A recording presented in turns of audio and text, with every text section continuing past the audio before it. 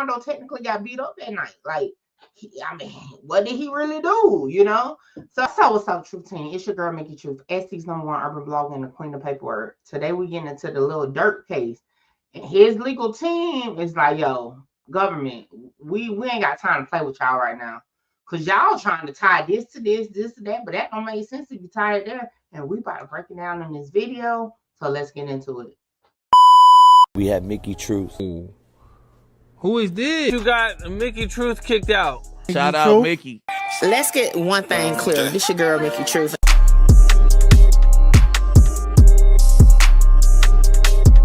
Alright, y'all. Y'all already know when we get into paperwork, all documents I use for my content can be found well. Come join the Truth Team on Patreon. All documents that I use for my content is available to the members. So y'all come tap in with the Truth Team on Patreon. So we're getting into document 289, which was filed on yesterday. This is a defense motion for Lil Durk. And y'all already know we're going to get into the summary, okay? So this is a legal reply, okay? In regards to the defense argues that the government's attempt to introduce certain other acts or 404B evidence are improper, irrelevant, and prejudicial. And I know I said that wrong, but y'all get what I'm saying, okay? And should be excluded from the upcoming trial. And I'll be honest with y'all. Some of the stuff do make sense to leave out because it just doesn't make sense to the storyline. But we're going to get into that, okay? So the main arguments by the defense is that the government misuses evidence. Prosecutors claim various prior incidents and statements are necessary to tell a coherent story. I tell y'all, every case is about the storyline. Defense argues this shows the government case is weak and relies on irrelevant, unreliable evidence. Each incident must be analyzed individually under rules 404B and 403, not amended in both. And I'm gonna be honest, if the legal team for some of the O-Block members, their fate may have been different because I'm talking about, it was over X from when some of them people on that case was churned, you know what I'm saying? And they used it to nail them to the cross. So that's a good argument for Lil Durk team to have. All right, so the slide for bond narrative is very important in this document. The government ties Durk alleged motive to King Von death in 2020. Durk wasn't present or involved in that incident. Any reference to it is not an act by Durk, according to his defense team. Public pressure or social media urging him to slide for Von is irrelevant. Durk isn't accused of avenging Von's murder. And we actually going to get into that part because I think they did a great job of breaking that down in regards to why it don't make sense, okay? So we go over here and say evidence of defendant Banks' alleged robbery with TB, which is Quando Rondo, right? So you see how it says, where we at? The act that the government seeks to admit to show Mr. Banks' motive is an act that someone else committed, specifically Timothy Leaks, who shot and killed Mr. Bennett on November 6, 2020, outside a hookah lounge in Atlanta.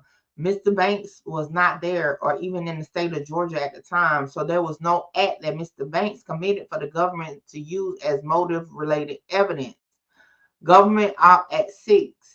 What the government really seeks to admit is a historical fact, perhaps the fact that Mr. Leaks killed Mr. Bennett after Bennett and Quando Rondo were involved in a physical altercation, or that Bennett was killed at all. But even Mr. Bennett's death bears little meaningful relevance to this case. Mr. Banks is not alleged to have ordered violence against Mr. Leaks. The fact that Mr. Leaks killed Mr. Bennett in 2020 does not bear on Mr. Banks' purported motive in this case, where Mr. Leaks is not the victim. That makes sense. I'll be honest. And y'all may be like, Mickey, I mean, like, for real, it makes sense because I always was like, well, why did he slide in on Tim? You know what I'm saying? Like, it's like, I get Quando Rondo aspect, but I mean, Quando Rondo technically got beat up that night. Like, I mean, what did he really do? You know? So I think that is definitely a good point for his team, you know, to put out. We also went over the slide for Von thing, because remember they used DJ Academic's interview with Lil Durk about the whole slide for Von. And remember they said, well, ain't that they said, Durk did say on the interview, they don't say slide for Von no more type thing. And it says here, so it says, amid evidence of public pressure on Mr. Banks to slide for Vaughn or avenge the killing of Mr. Bennett, Vaughn. But the pressure to seek revenge for Bennett's death does not show motive in this case because Mr. Banks is not charged with seeking violence against Mr. Bennett's killer. The fact that Lil Tim has been untouched, unharmed, and literally is on tour or was on tour with NBA Youngboy with no problems is like what you really saying. So let's get into the 2021 shooting in Blackshear, Georgia. Remember when I went to Quando Rondo's federal hearing, they brought up the fact that that shooting took place, that like trouble followed him everywhere, right? So the government alleges the shooting shows an ongoing plot, but also in Quando Rondo Fair case, you learn that Quando Rondo had a lot of ops, not just OTL, allegedly, right?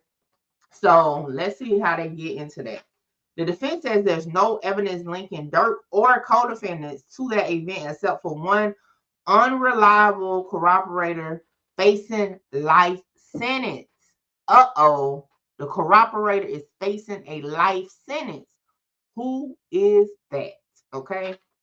They also say it's a different time, place, and people can't be considered connected or intertwined. That makes sense. Let's read that paragraph of what they talk about on that one. Okay.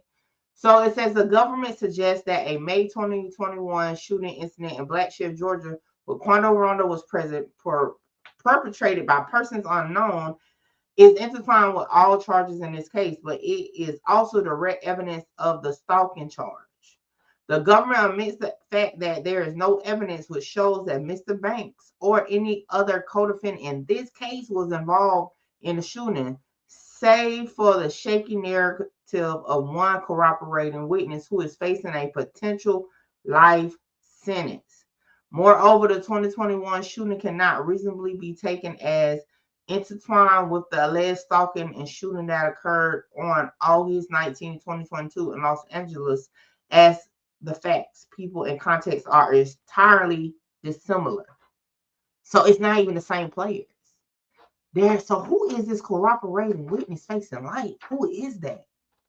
For them to say, yeah, the Georgia shooting, that made me feel like that's something about OTL related, Chicago related. In my opinion, I don't know who it is.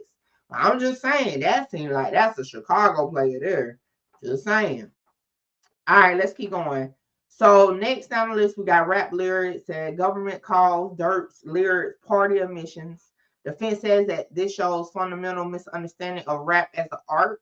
Past misuse prosecutors wrongly used lyrics from Wonderful Wayne and Jackie Boy in an earlier indictment, then had to re-indict the case. I remember that. Next is a 22 Chicago murder. Refers to the killing of Stephon Mack in Chicago. Defense says irrelevant, no connection to Durk, the victim, or the current charges. Citing the social media post with Durk music playing proves nothing. He's a major Chicago artist, so that's common. So, in conclusion, none of the proposed evidence meets the legal standards of Rule 404B or Rule 403. The government's labeling of evidence being intertwined as a tactic to sneak in character evidence. The defense urges the court to exclude all the proposed 404B evidence. Whew, that is a lot. So this is a 10-page document. Y'all already know it'll be available on Patreon, but y'all can take a look. Now, I will say this. It makes sense to me. I'll be honest. It makes sense to me.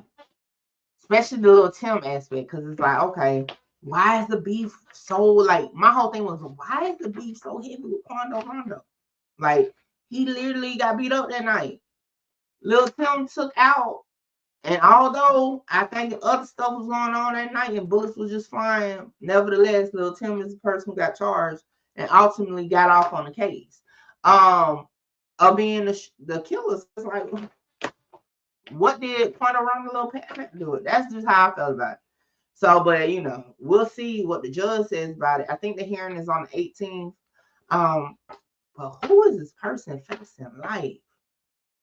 I'll be honest though, like there could be so many people right now. So many people. But anyway, like, comment, share, subscribe, tell a friend, now pull up on your girl Mickey Truth. I'll catch y'all on the next one. Holla! Shout out Mickey. Mickey, you gonna be big. Like I'm trying to conquer the world, coming from where I come from. Hey, this your girl, Mickey Truth, #1 blogger in South Carolina. #1 blogger in South Carolina. Hold on, wait, before I go, y'all make sure y'all tap in with me to book your slot. A lot of y'all be hitting me up on Instagram and the email wanting to just talk about content, whether you're an up-and-coming content creator or somebody just got questions about cases or whatever. Book your consultation with me now. The information is on the screen. Hey, make sure you get your slot, because my slots be filling up fast. What's up, Truth Team? I am here, okay?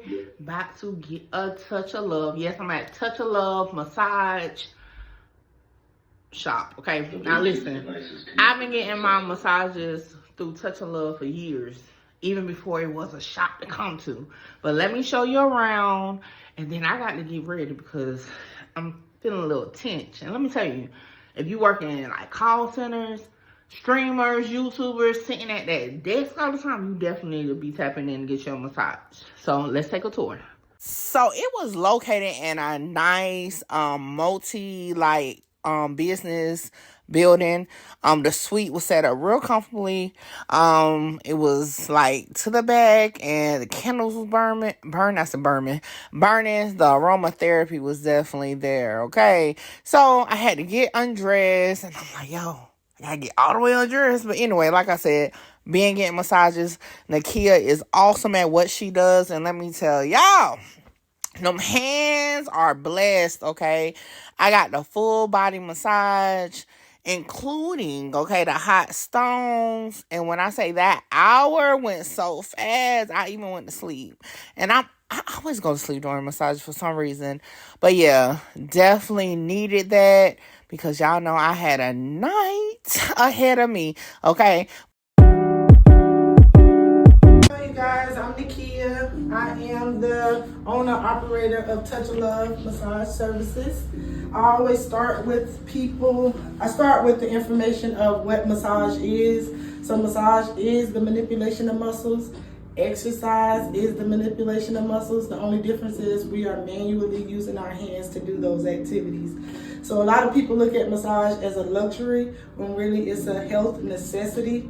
So I'm more on the medical side of things. So if you're experiencing any pain of any sort, muscles is 90% of pain, so I would recommend you to come and get a massage. How can they follow you? I do have my business page, Touch of Love Massage Services, on Instagram. I have Touch of Love Massage Services on Facebook, and if you want to set an appointment with me, you can look me up on Setmore. It's an app platform online where you can book appointments. Hey, there you have it. And y'all, I feel like a new woman, but now it's time to party. So I'll catch y'all on the next one.